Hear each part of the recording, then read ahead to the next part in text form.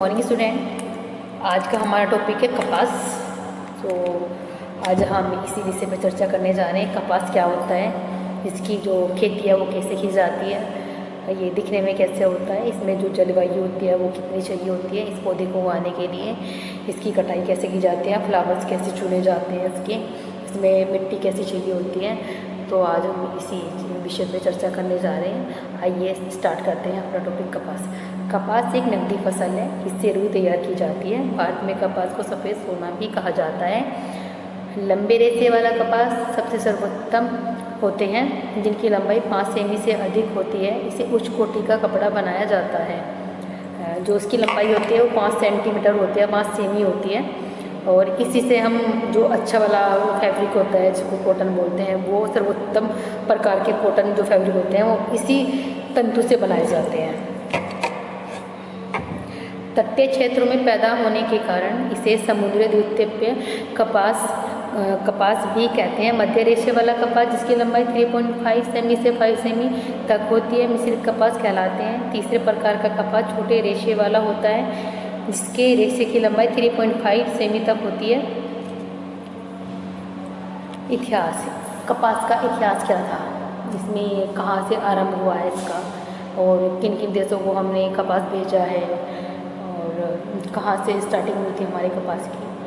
कपास भारत की आदि फसल है, जिसकी खेती बहुत ही बड़ी मात्रा में की जाती है। यह आर्यवर्त में त्रिवेदिक काल से ही इसकी खेती की जाती है। भारत में इसका इतिहास काफ़ी पुराना है। हड़प्पा निवासी कपास के उत्पादन में सबसे संसार भर में प्रथम माने जाते थे। कपास उनके प्रमुख उत्पादनों में से एक था।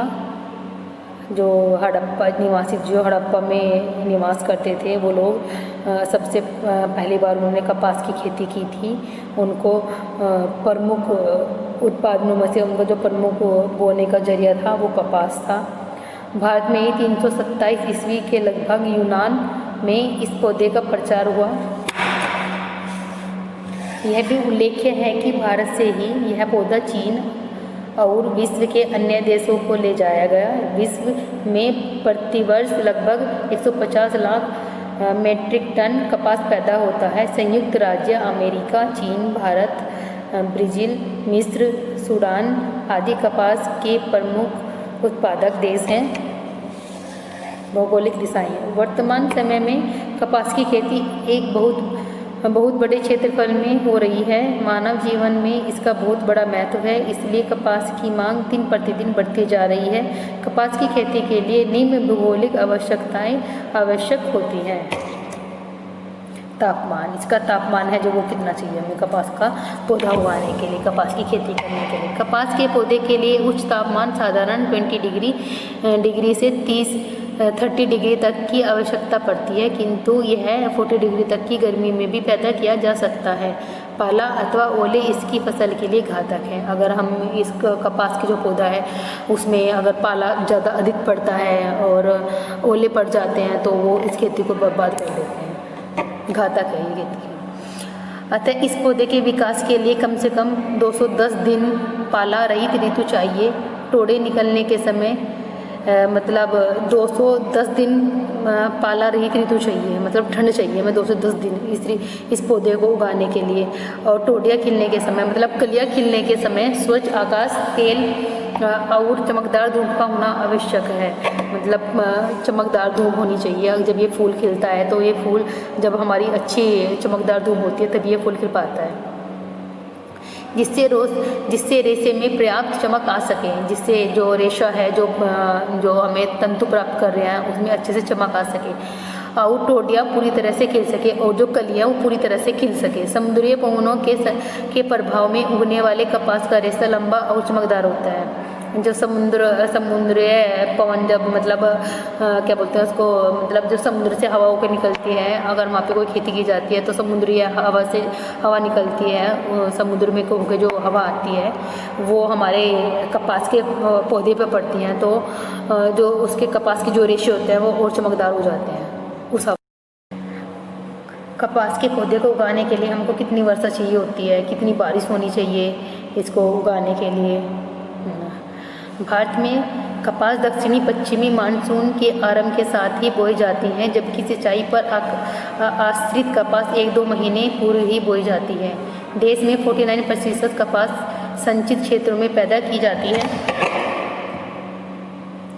आंध्र प्रदेश, महाराष्ट्र, कर्नाटक राज्य के दक्षिणी भाग में कपास जून और अगस्त के अंत तक बोई जाती है और चुनाई जनवरी से अप्रैल तक की जाती है। जो इसमें जो इसकी जो खेती है वो जो है वो जून से अगस्त तक की जाती है। जो उसके मतलब जो फ्लावर्स होते हैं वो चुनने होते हैं, मतलब जो उसकी कलियाँ होती हैं वो पौधे से अलग की जाती है, तो जनवरी और अप्रैल तक की जाती है। तमिलनाडु में इसको बोना दोनों ही मानसून के अनुसार होता है। दक्षिणी प्रायद्वीप के बाहर यह मार्च से जुलाई तक बोई जाती है और अक्टूबर से जनवरी तक इसकी चुनाई होती है। कपास भारत की सामान्यतः खरीफ की फसल है। मिट्टी, इसको बोने के लिए हमें मिट्टी कौन सी चाहिए होती है। कपास का उत्पादन विभिन्न प्रकार की मिट्टियों में किया जा सकता है, किंतु आर्द्रतापूर्ण दक्षिणी भारत की चिकनी और काली मिट्टी अधिक लाभप्रद मानी जाती है। मान्यतः भारत में कपास 3 प्रकार की मिट्टियों में पैदा किए जाते हैं। नंबर 1, भारी काली दोमट मिट्टी, जो गुजरात और महाराष्ट्र राज्यों में मिलती है।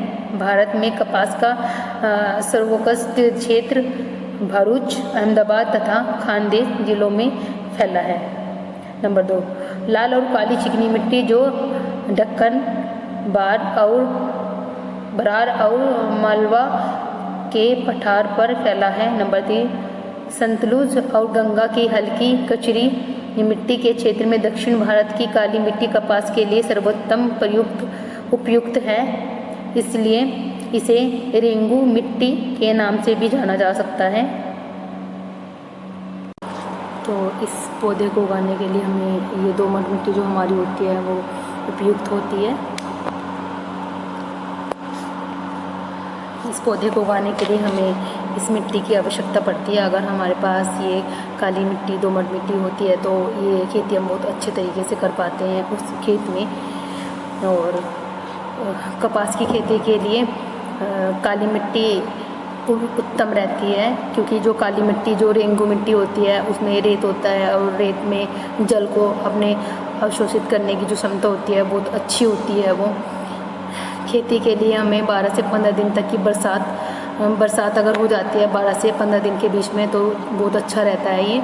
और इस खेती में हमें 12 से 15 दिन के बीच में ही अपना जो खाद होता है हमारा वो खाद डालना होता है, और इसमें नमक का होना भी बहुत ज़रूरी होता है। इसके लिए क्षारीय भूमि खेत की अच्छी रहती है, क्योंकि जितनी भी सारयुक्त भूमि होती है उसमें उतने ही अच्छे हमारा जो कोमल और चमकदार जो फ्लावर होते हैं वो होते हैं इसके अंदर हमारे।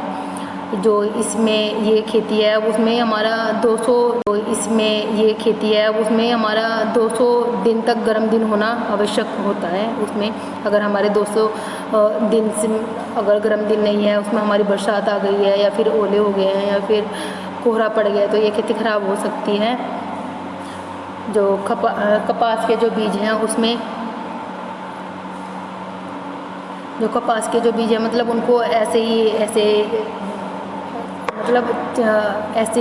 स्कैटर करके नहीं बोना चाहिए, उसको फेंक दिया ऐसे करके, ऐसे नहीं बोना चाहिए उनको हमें कतार में बोना चाहिए। कतार एक बीज यहाँ पे ऐसे करके उनको कतार में बोना चाहिए। जो कतार में जब बीज बोए जाते हैं तो उसकी जो खेती होती है वो बहुत ऊँची होती है, वो उत्तम होती है काफ़ी। और जो इसमें जो एक्स्ट्रा घास होता है हमारी खेती में वो हमें निकाल देना चाहिए। जो इसका जो बीज बोने के बाद जो उसका जो पौधा है वो कब अंकुरित होता है, जो उसका जो पौधा है वो हमारा 35 दिन में अंकुरित हो जाता है। पौधे की जो लंबाई होती है वो 5 से 7 इंच लंबा होता है हमारा जो पौधा होता है, तथा इसकी गुड़ाई की जाती है, तथा इसकी जो मतलब इसमें जो एक्स्ट्रा घास वगैरह या कुछ और चीज़ हो गया आपको वो हटाया जाता है। अगर इसमें कोई कीड़ा लग जाता है तो उसके लिए हमें दवाई का करना भी बहुत आवश्यक